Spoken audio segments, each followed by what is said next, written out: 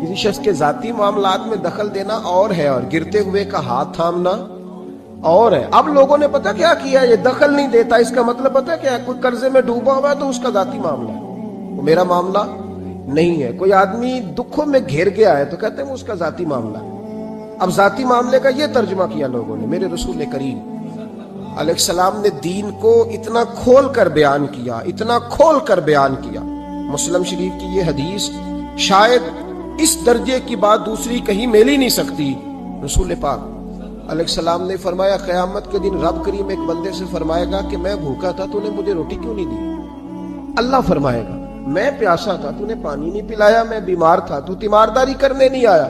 بندہ عرض کرے گا مولا تو کھانے سے، پہننے سے، پینے سے، بیمار ہونے سے بے نیاز ہے، یہ کیسے ہو گیا؟ تو رب کریم فرمائے گا وہ تیرے پڑوس میں جو میرا بندہ بیمار تھا، وہ جو بھوکا اور پیاسا تھا، تو بس تجھے سمجھ ہی نہیں آئی۔ اتنے بڑے لفظ آپ کو حدیث میں دوسرے، اور صحیح مسلم کی حدیث ہے، فرمایا میں بھوکا تھا، میں پیاسا تھا۔ اس میں کوئی شک نہیں کہ جب آپ کسی کے ذاتی معاملات میں مداخلت کرتے ہیں تو آپ کو پریشانی اٹھانی پڑتی ہے، لیکن نیکی ہوتی تب ہے جب آپ پریشان ہوتے ہیں۔ جو لوگ آپ کے دائیں بائیں ہوتے ہیں نا، آپ کی خدمت گزار ہوتے ہیں، آپ کے ساتھ اٹیچ ہوتے ہیں، ان کے اگر اوپر غربت آتی ہے، پریشانی آتی ہے، آزمائش آتی ہے، تکلیف آتی ہے، تو وہ ان کا ذاتی معاملہ نہیں۔ میرے نبی پاک نے اسے ذاتی معاملہ نہیں کہا۔ حضرت ربیعہ بن کعب کی وہ حدیث تو سارے لوگ سناتے ہیں کہ وضو کرایا کرتے تھے تو نبی پاک نے فرمایا کچھ مانگ لے۔ انہوں نے جنت میں نبی پاک کا پڑوس ہی مانگ لیا، یہ بخاری میں موجود ہے۔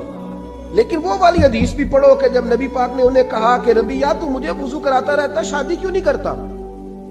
حضور نے نہیں فرمایا کہ اس کا ذاتی معاملہ ہے، میں شادی کراؤں گا، میں اس کام میں کیوں آؤں گا، شادی کیوں نہیں کرتا؟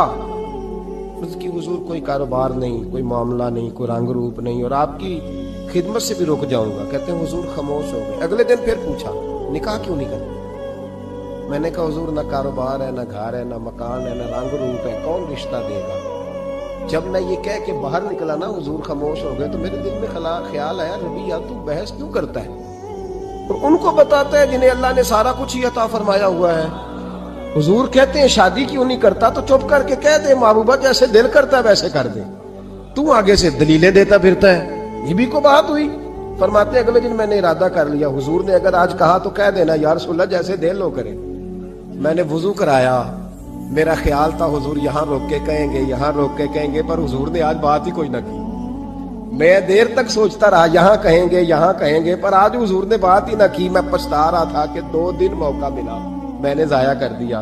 فرماتے ہیں وضو پورا کرا کے جب میں باہر نکلا، دروازے تک پہنچا